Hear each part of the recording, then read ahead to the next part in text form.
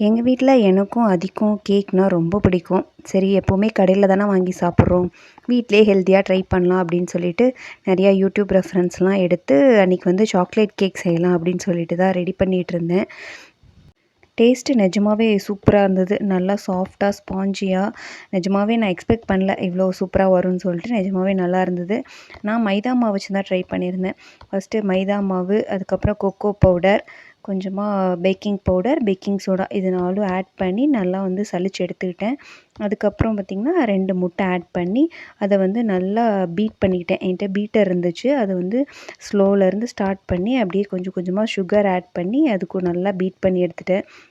அது ஒரு நல்ல ஒரு ஃபோமி கன்சிஸ்டன்சி வர அளவுக்கு பீட் பண்ணி எடுத்துட்டேன். எனக்கு ஒரு 10 மினிட்ஸுக்கு மேலே ஆச்சு இதை பீட் பண்ணி எடுக்க. இந்த மாதிரி கன்சிஸ்டன்சி வர வரைக்கும் அதை பீட் பண்ணி எடுத்துட்டு, அதில் 1 டீஸ்பூன் மட்டும் வெண்ணிலா எசன்ஸ் ஆட் பண்ணிவிட்டு, அதுக்கப்புறம் நம்ம ஃபஸ்ட்டு மிக்ஸ் பண்ணி வச்ச ட்ரை இன்க்ரீடியன்ட்ஸ் எல்லாம் ஒரு ஸ்பூனா ஆட் பண்ணி அதை அப்படியே ஸ்லோவாக மிக்ஸ் பண்ணிக்கணும். ரொம்ப கெட்டியாக இல்லாமல் ஸ்லோவாக அப்படியே மிக்ஸ் பண்ணி எடுத்துக்கிட்டேன். எல்லாம் மிக்ஸ் பண்ணி எடுத்துட்டு, அதுக்கப்புறம் ஒரு பேனில் ஆயில் தடவி அது கொஞ்சமாக அதில் மைதா மாவு போட்டு அதை வந்து ரெடி பண்ணி வச்சுட்டேன். குக்கரில் வந்து கொஞ்சமாக கல்லுப்பு போட்டு அதை ஒரு 10 மினிட்ஸ் வந்து லோ ஃப்ளேமில் ப்ரீஹீட் பண்ண வச்சுட்டேன்.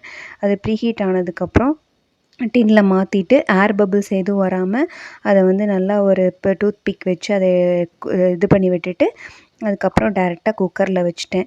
எனக்கு வந்து ஒரு 50 to 1 ஹவர் வரைக்கும் ஆச்சு இதை பேக் பண்ணி எடுக்க. நான் வந்து லோ ஃப்ளேமில் தான் வச்சு எடுத்தேன்.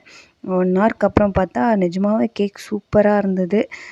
இனிமேல் அடிக்கடி கேக் செய்யலாம் அப்படின்ற அளவுக்கு எனக்கே என் மேலே ஒரு கான்ஃபிடன்ஸ் வந்த மாதிரி இருந்தது.